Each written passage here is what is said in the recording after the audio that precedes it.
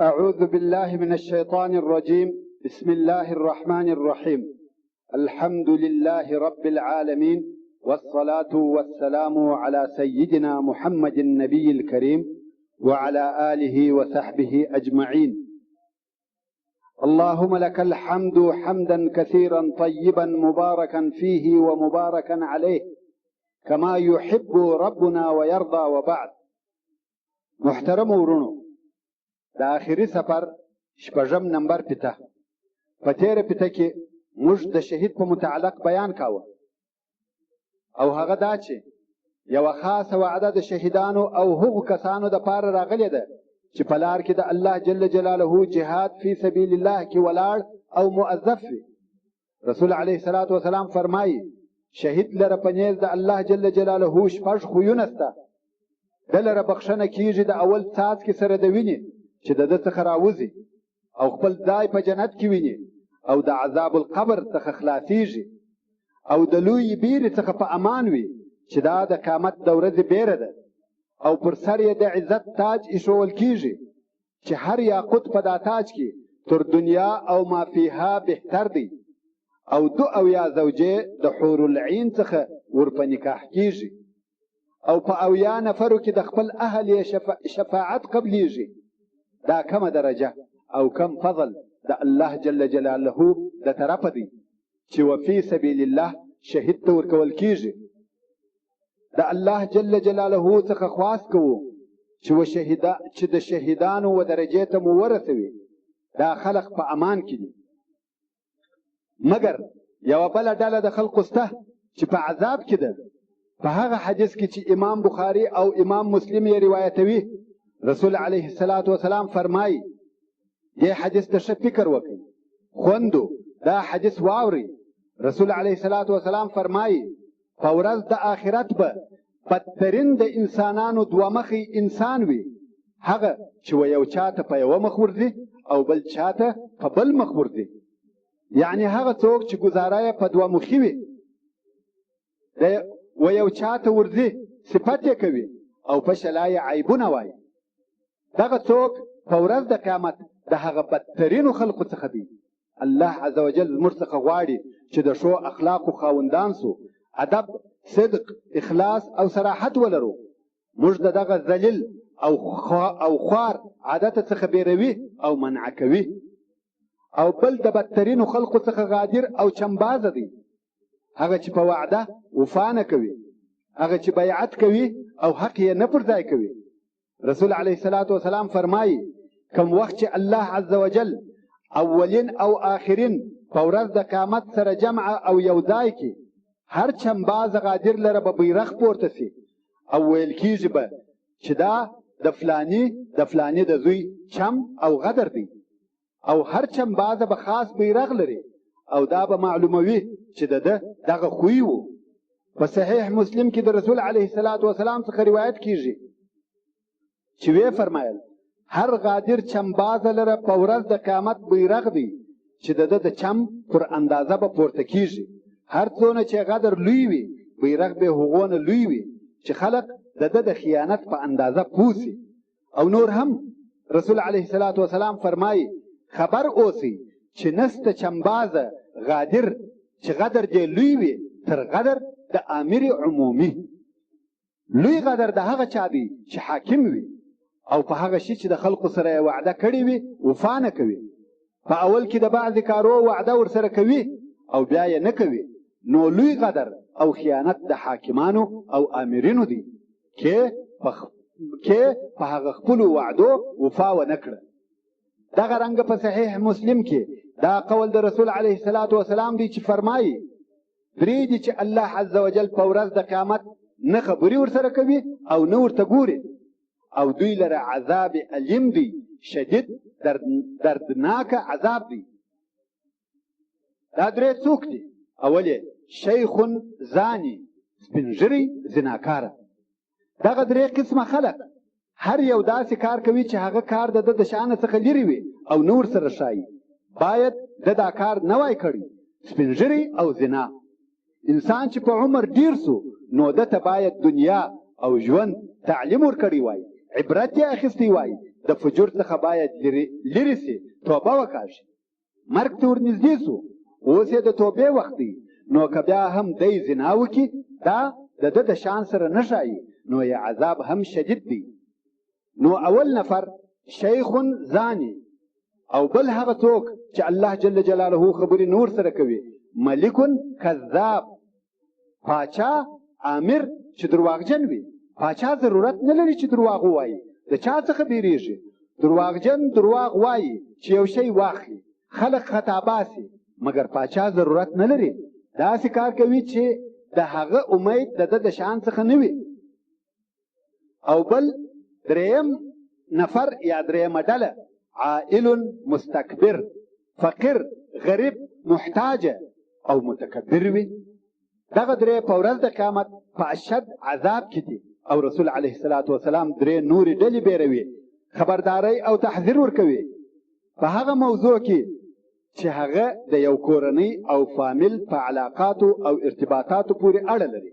او فرمایي درې دي چې الله جل جلاله په ورځ د قیامت نور ته ګوري. العاق لوالديه، هغه څوک چې مور او پلار ځینې ناراضه وي، د مور او پلار سره نیکي کوي. اوس نو اطاعت او بر د والدینو څه شي دي؟ بر دا نه دی چې راسې د مور یا پلار سر یا لاس مچ کې، دا ساده او آسانه کار دی. بر او اطاعت دا دی چې د دوی پر رضا پسې وګرځې. ته باید وګورې چې په څه شي راضي کېږي، هغه وکړې، او د هغه شي څخه چې دوی په قهر کوي لرې سي. داسې خبره چې په خفه کېږي مې وایه، داسې کار چې نه وي خوښ مې کوه. مور یا پلار دې درته وایي د کوره مه وځه، بس خبره خلاصه سوه، نو مه وځه. حتی که ضرورت او ضروري کار هم لرې، هو راضي یې که، قانع یې که، مګر پر خپلو وتلو ټینګار مه کوه چې ډېرې زارۍ کوې او آخر یې مجبوره کې چې وایي ځه راته ولاړ. دا بر او رضا د والدینو نه ده. بر هغه دی لکه څرنګه چې سلف صالح یا صحابه کرامو کاوه. د مور سره خوراک ته کښېنستل، مګر خوراک یې نه کاوه. خلقو پوښتنه ځینې وکړه چې ولې د مور سره خوراک نه کوې؟ ویل بیریږم چې لاس به مې هغه شي ته ور اوږد سي چې د دې خوښ وي او هغه ته ګوري، او زه تر دې د مخه هغه واخلم، نو تر هغو خوراک نه کوم څو دا فارغه سي. بر یا رضا د والدینو دغه ده. بر دا دی چې په طاعتو او عبادتو هم نیکي ورسره وکړې. د دوی څخه صدقه او خیرات ورکوه، زکات یې ورکوه. که یو د والدینو څخه وفات شوی وي او حج یې نه و کړی، حج ورته وکړه. نور داسې کارونه کوه چې د دوی درجه په نیز د الله جل جلاله لوړه کړي. داسې کارونه کوه چې دوی په دنیا کې په راضي کېږي، او د هغو شیانو څخه لرې سه چې په قهر کوي یې، که څه هم کوچنی کار وي. که داسې خبره درته وکړه چې ته په خوږېږې او دوی هم خطا وتلي وي، رد او جواب یې مور ته وایه. حتی که سختې او شدیدې خبرې درته وکړي، جواب یې نه ورکوي. دا هغه بعضې درجې د بر دي، مګر بر او رضا د والدینو تر دغه هم ډېر حقوق لري چې دلته نه ځایېږي. نو رسول علیه الصلاة والسلام فرمایي درې دي چې الله جل جلاله په ورځ د قیامت نور ته ګوري. العاق لوالديه، او هغه ښځه چې ځان د نرانو سره مشابه کوي، د نرانو کالي اغوندي او د نرانو پر ډول خبرې کوي او د نرانو بازۍ کوي، لکه فوټبال یا داسې نور شیان شته. حتی ګای خلک پر خطا وځي چې دا نر دی که ښځه، نو دغه ښځه هم د هغې جملې څخه ده چې عذاب شدید ورکول کېږي. او دریم یې رسول علیه الصلاة والسلام وفرمایل والدیوث، چې موږ دوس ورته وایو.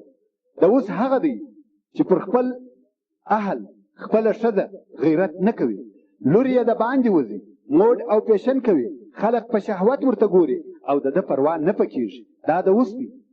دوس هغه څوک دی چې په کور کې په اهل کې غلط کار کېږي، خدای سر نه خلاصوي، پر خپله کورنۍ او اهل غیرت نه کوي.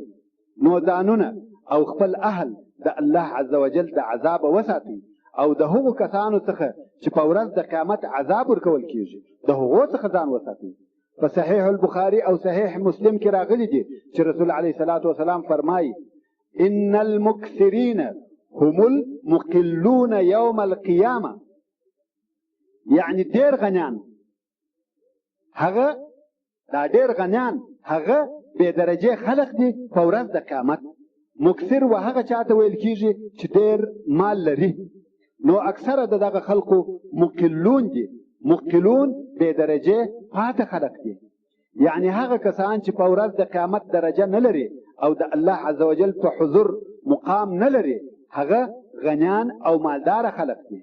مګر هو بې له هغه کسانو څخه چې الله عز وجل مال ورکړی وي او د دا مال راسته او چپه طرف ته مخ او شاته ورکاوه، د خیر کارونه یې پکښې کول. مقصد خیر خیرات او صدقه ورکوي. دغه خلق نو بیا درجه او مقام لري. نو د هغه مال څخه چې الله جل جلاله تاسې ته درکړی دي صدقه او خیرات ورکوي چې د درجې خاوندان سي. ورونو د قیامت د ورځې مشاهد او حالات ډیر دي او وخت دا نه ایجابوي چې ټوله بیان یې وکړو. دا بعضې حالات و د حالاتو څخه د قیامت د ورځې چې موږ بیان کړه. خو یو د حالاتو څخه دا دی چې قرآن مجید راته بیان کړی دی چې هغه گفتگوی سوال او جواب جنجال دی د اهل النار په مابین کې. دوزخیان به په خپل مابین کې د مخه تر داخلېدو و اورته دا گفتگوی سره کوي. الله عز وجل په سورة السبع کې دغه سوال او جواب د کفارو راته بیانوي او فرمایي: ولو ترى اذ الظالمون موقوفون عند ربهم يرجع بعضهم الى بعض القول. معنا کووینیته ای محمد صلی الله علیه و آله وسلم په آخرت کې کم وخت چې دغه ظالمان په حضور د الله جل جلاله د پاره د حساب ودرول شي، اړوي به بعضې د بعضو سره خبره، یعنی یو څه ورته وایي هغه بل یې جواب وایي. د دوی په مابین کې د محشر پر میدان گفتگوی ده، جنجال او سوال و جواب دی. يقول الذين استضعفوا للذين استكبروا لولا أنتم لكنا مؤمنين. هغه ضعیفه طبقه تابع خلق هغه لویانو د درجې خاوندانو ته وایي، هغه لویان چې خرابه عقیده نشروي، فساد او فجور نشروي، ضلالت گمراهی او انحراف نشروي، هغه کتابونه چې الله جل جلاله او رسول الله ته بد پکښې ویل سوي دي نشروي. نو هغه ضعیفه طبقه به ورته وایي که ستاسې کتابونه او نشریات نه وای چې زموږ فکرونه او عقیدې یې را خرابې او مشوشه کړې، که ستاسې فلمونه او فساد نه وای چې موږ مو ورکش کړو، موږ به مسلمانان وای. قال الذين استكبروا للذين استضعفوا أنحن صددناكم عن الهدى بعد إذ جاءكم بل كنتم مجرمين. دا ور به په جواب کې هغه مشران چې تکبر یې کاوه و هغه ضعیفه طبقې ته ووایي: آیا موږ منع کړي واست د سمې لارې څخه؟ سمه لار خو درته راغله، تاسې متابعت نه وکئ، تاسې په خپله مجرمان واست. بل کنتم مجرمین، تاسې په خپله پر سمه لار نه تلل. که نه وګورئ د سمې لارې خلق ډیر دي، تاسې ولې د هغو څخه نه یاست؟ دا ضعیفه طبقه به ورته وایي: وقال الذين استضعفوا للذين استكبروا بل مكر الليل والنهار إذ تأمروننا أن نكفر بالله ونجعل له أندادا. او وبوایي هغه ضعیفه خلق و هغه رئیسانو ته مشرانو ته بلکې دا ستاسې فریب او چم و د شپې او د ورځې چې تاسې به امر کولو چې موږ پر الله جل جلاله کافران سو او هغه لره شریکان پیدا کو. یعنی هو موږ خو ستاسې متابعت وکړي، مګر تاسې یاست چې چم مو راته جوړ کړی وو، تاسې یاست چې شیطاني نقشې مو جوړې کړې وې، تاسې واست چې دغه فاسد فکر او عقیده مو نشرول، تاسې د شپې او ورځې د دغه فساد د پاره نقشې جوړولې، تاسې د پیسو او منصب د پاره دا کارونه کول او موږ یې متابعت وکړي. نو په حقیقت کې دواړه طرفه پښیمانه وي. واسروا الندامة لما رأوا العذاب. نو کله چې دوی عذاب وویني پښیمانه خو به وي، مګر دا پښیماني به یو د بله پټوي، په خپلو زړو کې به ارمان او افسوس کوي او هر یو به پوهیږي چې په رښتیا زه مجرم او ګناهکاره یم، مګر د شرمه به دغه خپله پښیماني یو بل ته نه ښکاره کوي. وجعلنا الأغلال في أعناق الذين كفروا نو الله جل جلاله فرمایي چې وبګرځو زنځیران د اور په غاړو کې د هغو کسانو چې کافران سوي دي که ضعیفه طبقه ده که رئیسان. هل یجزون الا ما كانوا یعملون. آیا جزا به ورکول سي دوی ته بې له هغه عملو څخه چې دوی په دنیا کې کول، یا بله جزا نه ورکول کېږي بې له د خپل عمل جزا. او الله عز وجل امر وکړي چې حساب دې شروع سي. د دې حساب دپاره قانون او قواعد شته چې الله سبحانه وتعالی د دغه حساب دپاره ایښي دي، چې دا قوانین دي دپاره د قضا په ورځ د قضا، او دا قوانین دي دپاره د حساب په ورځ د حساب. چې اول او لوی قانون عدل دی، ظلم نسته. الله عز وجل فرمایي ثم توفى كل نفس ما كسبت وهم لا يظلمون. او بیا به ورکول سي هر نفس مخلوق انسان ته هغه شی چې د هغه عمل یې کړی دی، او پر دوی ظلم هم نه کیږي. او الله عز وجل د لقمان پر ژبه راته وایي یا بني انها ان تك مثقال حبة من خردل فتكن في صخرة او في السماوات او في الارض يأتي بها الله ان الله لطيف خبير. یعنی ای زویکه بدی او نیکی که په اندازه د خردل هم وي. خردل یو دشتي نبات یا واښه دی چې تورې ډېرې کوچنۍ دانې دي او غوړي هم ایستل کېږي. نو وایي که په اندازه د دغه خردل د دانې نیکي یا بدي ولري، او هغه بیا هم د یو لوی ډبرې په مابین کې وي، یا په آسمانو یا مځکه کې وي، یعنی هیڅوک په خبر نه وي، الله جل جلاله بیا حساب کتاب ته راوړي. نو دا عدل دی چې هیڅ شی نه پاته کېږي. او الله عز وجل فرمایي ان الله لا يظلم مثقال ذره. عدل دی، پوره عدل دی. او فرمایي ولا تظلمون فتیلا. او پر تاسې به ظلم ونسي په اندازه د یوه نري تار. او حق سبحانه وتعالى فرمایي ومن يعمل من الصالحات من ذكر او انثى وهو مؤمن فاولئك يدخلون الجنه ولا يظلمون نقيرا. یعنی هر څوک چې نیک کارونه کوي که نر وي که ښځه، په دې شرط چې مسلمان وي، دغه نیکو کاران جنت ته داخلیږي او پر دوی به ظلم ونسي په اندازه د نقیر. نقیر وچیش ته وایي ورونو چې خرما وخورئ او د خرما هغه د نس مندکه راوباسئ، پر دغه مندکه یو نازک پوست دی، او په خپله په مندکه کې یو خط او چاوده ده، په دغه خط کې یو نری نازک پوست دی چې راکشه کړي راوځي، دغه نقیر دی. د دغه په اندازه هم ظلم نسته. نو ولا تظلمون نقیرا، دا څونه عدل دی د عادل سبحانه وتعالی. او فرمایي فمن يعمل مثقال ذرة خيرا يره ومن يعمل مثقال ذرة شرا يره. د یوې ذرې پر اندازه چې خیر وي هغه هم نه پاته کیږي، او که د یوې ذرې پر اندازه شر وي هغه هم نه پاته کیږي. دا د دې حساب اول قانون دی چې مطلق عدل دی، ظلم نه. او دوهم قانون یې دا دی چې هیڅوک د بل چا په ګناه نه نیول کیږي. الله عز وجل فرمایي ولا تكسب كل نفس الا عليها. هر نفس چې هر څه کوي هغه پر ده باندې دي. ولا تزر وازره وزر اخرى. هیڅ وړونکی د بل چا بار نه وړي. بل ځای فرمایي فمن اهتدى فانما يهتدي لنفسه ومن ضل فانما يضل عليها. یعنی هر څوک چې سمه لار پیدا کړي او په هغه عمل وکړي نو د هغه نفعه د ده د ځان دپاره ده، او هر څوک چې ګمراه سو د هغه ګمراهي هم د خپل ځان دپاره ده. یعنی هر انسان په ورځ د قیامت راځي د خپل عمل حساب ورسره کېږي.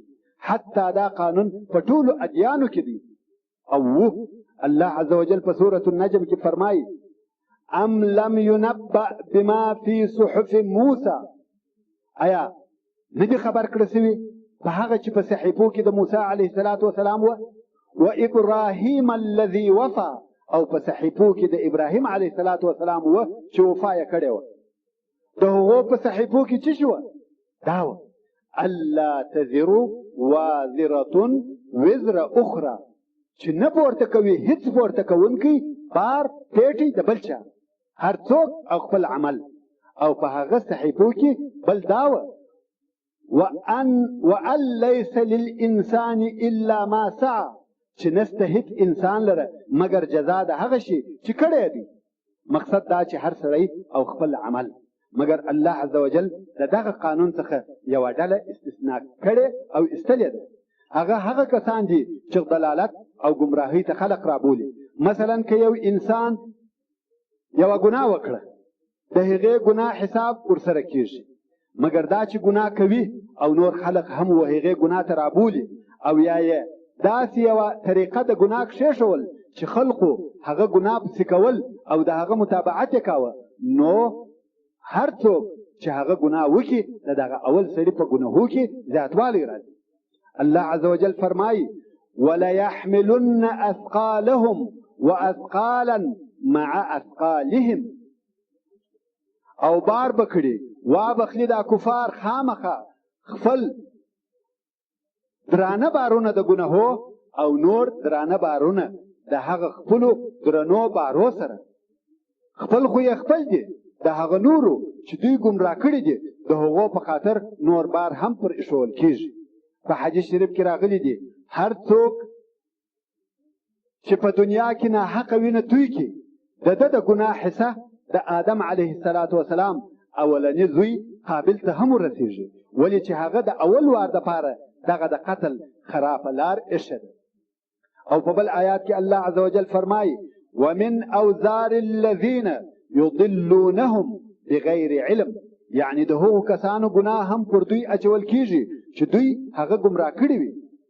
نو که چا خلق و ګمراهۍ ته رابلل یا یې په اسلام کې بعد د ګناه طریقه کښېښول، پر ده هغه خپله ګناه خو سته چې سته، بلکې د قیامت تر ورځې د هغه چا سره چې دغه فعل کوي هم په ګناه کې شریک دی. دریم قانون د قوانینو څخه د حساب دا دی چې انسان به په هغه شي خبر کړی سي چې ده کړی دی.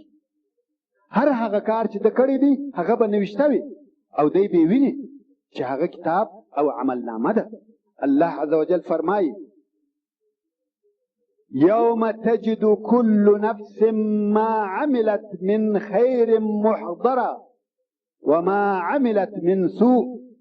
در په یاد که هغه ورځ چې پیدا به کې وبه ویني هر نفس هر هغه شی چې د خیر یې کړی وي حاضر د ده و مخ ته، او هر هغه بدکار چې کړی وي ټوله کارونه به د ده په حضور کې موجود وي. او الله عز وجل فرمایي عملت نفس ما قدمت واخرت، پوه بسې هر نفس په هغه خپل خیر او شر چې د مخې یې لېږلی وي او یا وروسته یې پرې ایښی وي. او الله جل جلاله په سورة الکهف کې فرمایي ووجدوا ما عملوا حاضرا ولا يظلم ربك احدا، او پیدا به کې دوی هغه شی چې دوی په دنیا کې کړی وو حاضر په عملنامه کې به یې نوشته وي، او ستا رب ظلم نه کوي پر هیچا چې کومه ګناه یې نه وي کړې او ویې لیکي. او حق سبحانه وتعالی په سورة بني اسرائیل کې فرمایي وكل انسان الزمناه طائره في عنقه ونخرج له يوم القيامه كتابا يلقاه منشورا، او هر انسان لره موږ د ده عمل د ده په غاړه کې لازم کړی دی او راوبه باسو ده لره په ورځ د قیامت یو لیکل سوی کتاب چې وبې ویني په ورځ د قیامت غوړېدلی، او بیا به ورته وویل سي اقرأ کتابک، ووایه کتاب ستا خپل عملنامه دې ووایه کفا بنفسک اليوم علیک حسیبا، کافي دی بس دی دا ستا خپل ځان نن ورځ پر تا حساب کوونکی. حتی هر هغه سړی چې په دنیا کې د خط ویل نه وزده په دغه ورځ به ویلی سي. څلورم قانون دا دی چې نیکي څو چنده کېږي زیاتېږي، مګر ګناهونه هغه دي نه زیاتېږي، چې دا هم د الله عز وجل د طرفه کرم او احسان دی. او حق سبحانه وتعالى فرمایي من جاء بالحسنة فله عشر امثالها که چا یوه نیکي راوړه هغه لره لس چنده اجر ورکوو. ومن جاء بالسیئة فلا یجزى الا مثلها. او یو چا بیا یوه بدي راوړه جزا یې نه ورکول کېږي مګر په مثل د هغه بدۍ. نیکي لس چنده زیاتېږي او بدي پر هغه خپل حال ده. خاصتا الله عز وجل په صدقاتو او خیراتو کې ډېر زیاتوالی راولي. الله عز وجل د سورة البقره په 261 آیات کې فرمایي: مثل الذين ينفقون أموالهم في سبيل الله كمثل حبة أنبتت 7 سنابل في كل سنبلة 100 حبة والله يضاعف لمن يشاء والله واسع عليم. معنا مثال د هغو کسانو چې مصرفوي خپل مالونه د الله عز وجل په لاره کې، دا په مثل د هغه یوې دانې تخم دی چې اوه وږې راشنه کړي. وږی دا د غنمو وږی چې اوه وږې راشنه کړي او په هر وږي کې 100 دانې وي، نو څو سوه؟ هغه یوه دانه 200 دانې سوه. دا صدقه او خیرات دی چې یو په 200 کېږي او الله عز وجل زیاتوي. او الله جل جلاله زیاتوي اجر د هغه چا دپاره چې د ده خوښه وي. او د الله جل جلاله احسان رحمت پراخه دی او ډېر عالم دی. د هر چا په نیت او د مال په کیفیت ښه پوهېږي. دا 200 واره اضافه کول هغه کمه اندازه د زیاتوب ده، شاید تر دغه هم زیات دي. مفسرین وایي تر 2000 بلکې تر هغه هم اضافه کېږي. دغه رنګه روژه اضافه کېږي او زیاتوالی هم تر 200 واره زیات دی. رسول علیه الصلاة والسلام فرمایي د ابن آدم هر نیک عمل لس چنده اضافه کېږي تر 200 چنده پورې بې له روژې. الله عز وجل وایي هغه ما لره ده او زه د هغه جزا ورکوم. او په قرآن کریم کې هم الله عز وجل د روژې د زیاتوالي او څو چنده کېدو ته اشاره کړې ده او فرمایي: انما يوفى الصابرون اجرهم بغیر حساب. د صابرینو د اجر حد او اندازه نشته. او ډېر علماو د صابرون تفسیر په روژاتیانو کړی دی، هغه چې د شهواتو څخه په روژه سره صبر کوي. د هغو د اجر اندازه الله عز وجل په ورځ د قیامت مقرروي. او د الله عز وجل کرم او احسان دا هم دی چې بعضې هغه کسانو ته چې هیڅ عمل یې نه وي کړی هم خاص ثوابونه ورکوي، بې له عمله ثوابونه اخلي. څنګه؟ هغه حدیث چې امام بخاري روایتوي واورئ. په حدیث قدسي کې رسول علیه الصلاة والسلام د خپل رب د طرفه څخه فرمایي چې الله عز وجل نیکي او بدي ولیکلې او بیا یې معلومې کړې، نو که چا نیت د نیکۍ وکړي او هغه یې نه وکړه، الله جل جلاله وده ته کامله نیکي لیکي. او که چیرې نیت د نیکۍ وکړي او هغه نیکي یې وکړه، نو الله جل جلاله 10 نیکۍ ورته لیکي.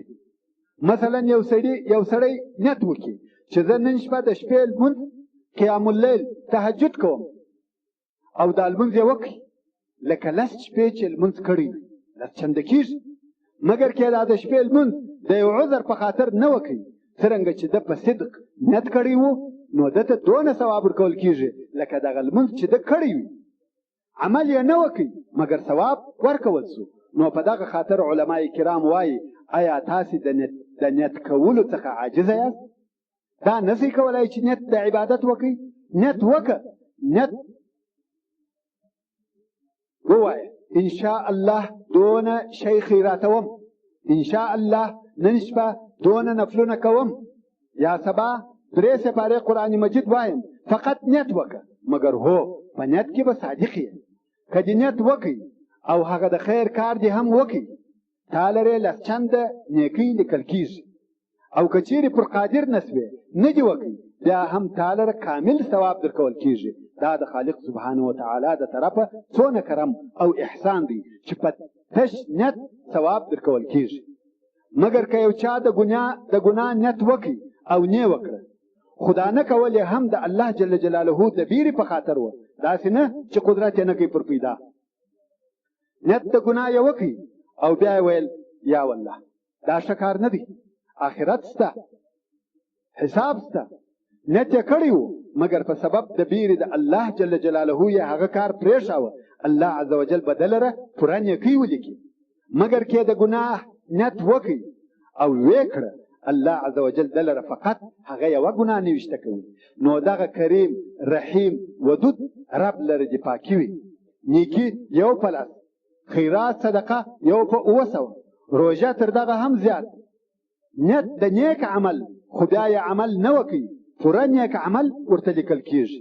نیت د ګناه خو هغه یې د الله عز وجل د بیرې په خاطر بیرته پرېښول، بیا هم پوره نیکي ورته لیکل کېږي. مګر نیت د ګناه او هغه یې هم وکړه، فقط یوه ګناه ورته لیکل کېږي.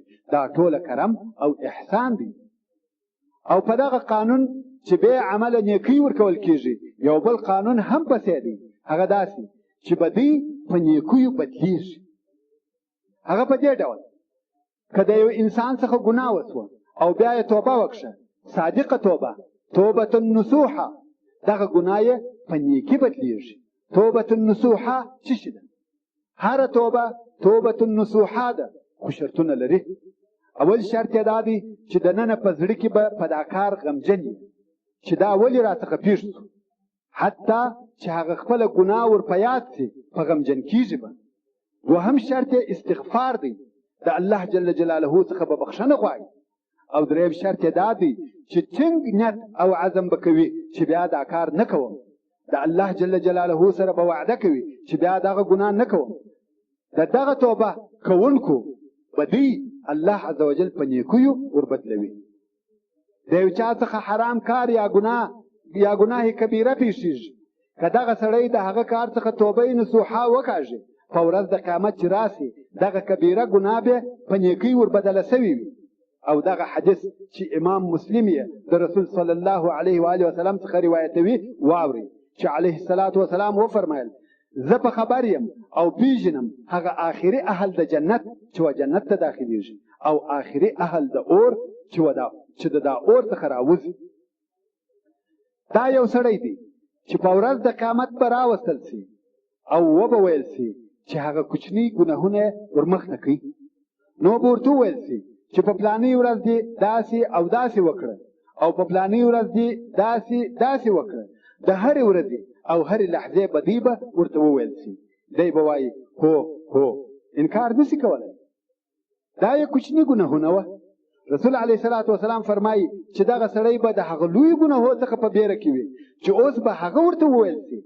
دا یې کوچني ګناهونه ور یادېدل، مګر الله عز وجل به دا د ده ګناهونه په نیکیو وربدل کړي. او الله عز وجل به ورته ووایي تا لره د هرې بدۍ په عوض کې نیکي ده.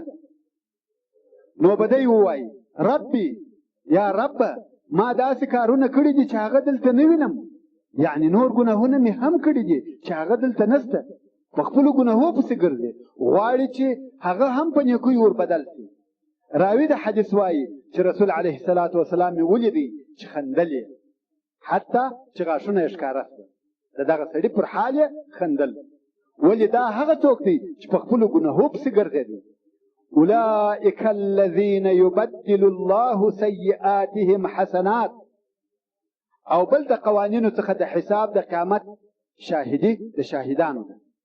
هلته پوره عدل دی، الزام نسته، د هر کار دپاره شاهدان راوستل کېږي. الله عز وجل فرمایي ولا تعملون من عمل الا كنا عليكم شهودا، یعنی هیڅ داسې عمل تاسې نه کوئ مګر موږ په هغه کار کې پر تاسې حاضر او شاهد یو او شاهد وو. ملائکې دي چې شاهدي ادا کوي.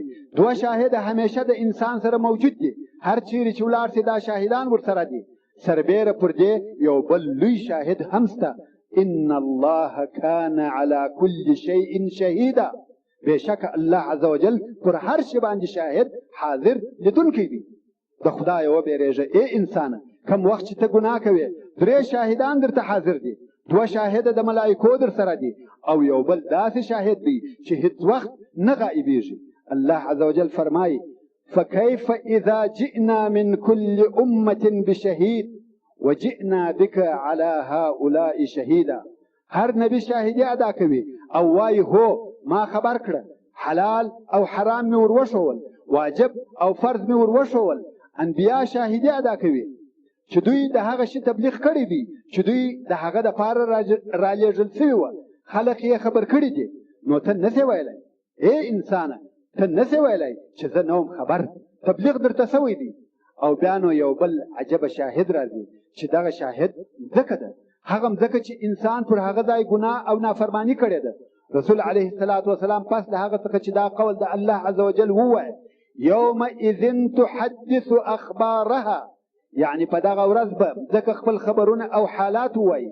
نو رسول علیه الصلاة والسلام وفرمایل آیا تاسې خبر یاست چې د مځکې خبرونه او حالات څه شي دي؟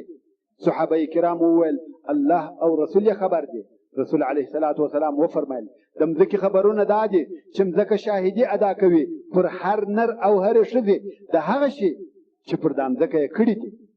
دغه مځکه چې تا ګناه پر کړې ده راځي او وایي په فلانۍ ورځ یې داسې او داسې وکړه، ځکه شاهدي ادا کوي، ملایکې شاهدي ادا کوي. مګر بعضې خلق دا هم دلایل وایي یا رب دا ټوله درواغ وایي، دا ټوله زما مخالف دي، ټوله زما هلاکت غواړي. د ملایکو په شاهدین نه یم راځي، نه قبلوم، د مځکې شاهدین نه قبلوم، ټول مخالفه خبرې کوي. ورته وویل سي ته د چا شاهدي قبلوې؟ وایي زه د هیچا شاهدي نه قبلوم، دغه چې زه وایم دغه صحیح دي، دغه رښتیا دي. دلته نو هغه عجبه حالت پیښیږي، دغه سړی چې دا د هیچا شاهدي نه قبلوي بې له خپله ځانه د هغه پر خوله مهر ووال سي، خبرې نسي کولی، مګر سترګې یې په خبرو کولو شروع وکړي، غوږونه یې خبرې کوي، لاسونه، پښې، پوست، اندامونه یې خبرې کوي، مګر خوله خبرې نسي کولی. الله عز وجل فرمایي شهد علیهم سمعهم وابصارهم وجلودهم بما كانوا يعملون. شاهدي ادا کړ پر دوی غوږو د دوی، غوږ د دوی، سترګو د دوی، پوستو د دوی د هغه شي چې دوی د هغه عمل کاوه. سبحان الله القادر. جسد، بدن، اندامونه خبرې کوي. پس له هغه څخه چې خپل بدن شاهدي پر ادا کړي، سترګې وایي هو ومو کتل، غوږونه وایي هو وامو اورېدل، پوست وایي هو د حرام سره وموښتم، جسد وایي هو ومې کړه. چې د هغو شاهدي خلاصه سي بیا نو د ده د خولې څخه مهر خلاص سي. او دی خپلو اندامو ته وایي ویل دې وي تاسې لره ما ستاسې څخه دفاع کول، تاسې مې د اوره خلاصولاست او تاسې پر ما شاهدي ادا کړه. هغه به ورته وایي الله جل جلاله خبرې را باندې وکړې، هغه الله چې په هر شي خبرې کړې دي. الله جل جلاله فرمایي وقالوا لجلودهم لم شهدتم علينا قالوا أنطقنا الله الذي أنطق كل شيء وهو خلقكم أول مرة وإليه ترجعون. هل تر دغه اندازې عدل دی؟ تاسې فکر وکړئ چې د خپل ځان څخه هم شاهدان پر راوستل کېږي. کم وخت چې حساب شروع سي د انسانانو څخه پوښتنې کېږي، خو اولې او مهمې پوښتنې د عقیدې په متعلق دي. او ورته ویل کېږي اینما کنتم تعبدون من دون الله هل ينصرونكم. اول کار، اولې پوښتنې د عقیدې په متعلق دي. تالله لتسألن عما كنتم تفترون. ډېر داسې آیاتونه شته چې د کفارو څخه د هغه شیانو پوښتنه کېږي کوم چې دوی یې عبادت کاوه، او د انسان څخه د هغه عمل پوښتنه کېږي کوم چې ده په دنیا کې کړی دی. الله عز وجل فرمایي فوربک لنسألنهم عما كانوا يعملون. په حدیث شریف کې راغلی دی په ورځ د قیامت د بنده پښې نه ځایلیږي نه ژویږي تر څو چې پوښتنه ځینې وسي چې عمر دې په څه شي کې تېر کړي، عمل دې څه شي کاوه، او مال دې د کمه وګټئ او په څه شي کې دې مصرف کړي، او بدن دې په څه شي کې زوړ کړي. نو ای انسانه اوس ته د خپل ځان سره دا حساب وکړه، د مخه تر دې چې دا حساب در سره کېږي هلته په ورځ د قیامت ته اوس د ځان سره حساب وکړه. تا خپل عمر په څه شي کې تېر کړي، ستا د ژوند نتیجه او ثمره څه شي ده، کم د خیر عمل دې تر شا پرې ایښی دی، ستا هغه ښه کارونه او د خلقو دپاره یادګار څه شي دی، هغه چې بیا ستا تر مرګ وروسته خلق تا په هغه یاد کړي. عمر دې په څه شي کې تېر سو، ټول عمر دې عبث په لهو لعب او په طلب د رزق تېر سو. انسانه فکر وکړه، یو څه عمل د خیر تر شا پرېږده، هغه څوک چې تر تا وروسته راځي او ووایي چې دوی ولاړه او دغه اثر یې موږ ته راپرېښاوه. خپل تر شا د خیر کارونه پرېږده، شفاخانه او مدرسه جوړه کړه، مسجد او لار جوړه کړه، کتاب جوړ کړه، شاګردان وروزه، علم پرېږده، هر شی چې د خیر وي او پس د مرګه په یاد شي هغه وکړه. فضول خالي عبث ژوند مه تېروه چې راغلې او ولاړې. د دغه عمر پوښتنه در څخه کېږي تا په خپل ژوند کې د خیر کم کارونه وکړه چې پس د مرګه دې هغه کار و جامعې او خلقو ته پاته سي. دغه پیتې دې واورېدې، علم دې پکښې زده کړي، معلومات درته وسوه، آیا اثر یې در باندې وکړي؟ آیا ستا په ژوند کې یو تغیر راوستی؟ عمل دې په وکړي؟ هلته په آخرت کې د علم پوښتنه کېږي چې آیا عمل دې په وکړي؟ بله پوښتنه د مال ده. د مال پوښتنه در څخه کېږي چې څنګه او د کومه ځایه دې وګټئ. د هرې افغانۍ، کالدارې، ریال، ډالر پوښتنه در څخه کېږي چې د کومه راغله او چیرې ولاړه، په څه شي کې مصرف شوه. او د بدن پوښتنه در څخه کېږي، دغه بدن اعضا اندامونه چې الله عز وجل و تا ته درکړي دي په څه شي کې دې مشغول او زاړه کړه؟ توپ بازي، ګن او په نورو بازیو کې دې مستعملول او که دې د الله جل جلاله د طاعت او عبادت دپاره استعمالول. د دغه بدن د ټولو اعضاو پوښتنه در څخه کېږي. د قیامت په ورځ کفار ولاړ دي، دغه حالت ویني، ټول شیان ویني، حساب کتاب، دوژخ، د هغه اور. ولو ترى اذ وقفوا على ربهم، دوی د الله عز وجل په حضور ولاړ دي او الله جل جلاله پوښتنه ځینې کوي. قال الیس هذا بالحق، ورته وبویل سي آیا دغه شیان حق نه دي هغه چې تاسې انکار کاوه؟ دوی به وایي قسم زموږ په رب چې حق دي. نو به ورته وویل سي اوس نو څه کوئ؟ خورئ دغه عذاب په سبب د هغه کفر او انکار چې تاسې کاوه. قال فذوقوا العذاب بما كنتم تکفرون. دا نو په دغه ورځ د کفارو څخه پوښتنه کېږي چې تاسې څنګه او ولې و دغه اور ته ولوېدلاست؟ کم عمل دغه دوژخ ته راوستلاست؟ نو کفار هغه لوی لوی کارونه ور یادوي چې دا هغه اصلي سببونه د لوېدلو د دوژخ دي. نو دوی وایي موږ دغه کارونه کول. قالوا لم نکو من المصلین، دوی وایي موږ د لمونځ کوونکو څخه نه وو، لمونځ مو نه کاوه.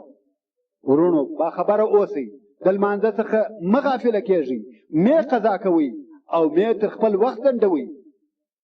ولم نکو نطعم المسکین، او غریبانو ته مو ډوډۍ نه ورکول. د غریبانو حاجت مه هېروئ. د مال خاوندانو تاسې مسؤلیتونه لرئ. مال سبب د داخلېدو د اور ګرځي چې حق ور نه کړه سو. حدیث شریف دی که چا د مسلمان یو مشکل او تکلیف ور رفع کړي، الله عز وجل به په ورځ د قیامت یو مشکل ور خلاص کړي. او بل به دغه کفار وایي كنا نخوض مع الخائضین، چې په مجلس کې به خبرې شروع سوې، بې علمه مو خبرې کولې، عبث بېهوده بیانونه مو کول. وكنا نكذب بيوم الدين، د قیامت ورځ مو درواغ بلل. حتى اتانا اليقين فما تنفعهم شفاعة الشافعين.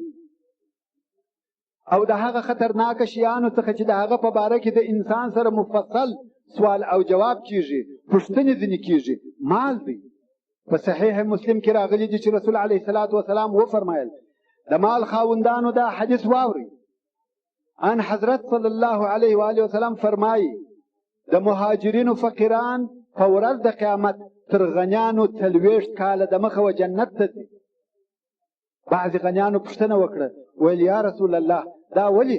رسول علیه الصلاة والسلام وفرمایل د خپلو مالو حساب ورکوي، د هر درهم پوښتنه ځینې کېږي چې د کومه راغی او چیرې ولاړی. 40 کاله حساب ورکوي. مګر هو سره له دې چې غنیان د جنت په داخلېدو کې دندېږي، بیا هم رسول علیه الصلاة والسلام و هغه غنیانو ته چې مال یې فی سبیل الله مصرف کړی وي، په عمل صالح او په حلال کې مصرف کړی وي، زیری ورکوي چې کوم وخت چې دوی و جنت ته داخل سي هلته یې درجې 2 چنده او لوړې دي. هو په داخلېدو کې د حساب په خاطر دندېږي، مګر چې داخل سي درجې به لوړې وي. او په حدیث شریف کې راغلی دی نعم المال الصالح لرجل الصالح، صالح حلال مال د صالح متقي سړي دپاره ښه دی. او یو بل حدیث شریف دی، کم وخت چې غریبانو د اصحاب کرامو شکایت وکړي ویل یا رسول الله اغنیا تر موږ ښه او د مخه سوه، دوی جهاد کوي موږ یې نه کوو، یعنی د بوده او مصرف د نیستۍ په خاطر پاتې سوو. دوی مال لري صدقه ورکوي او موږ یې نه ورکوو. رسول علیه الصلاة والسلام ور وښول او ویې فرمایل تر هر لمانځه وروسته درود 10 واره سبحان الله، درود 10 واره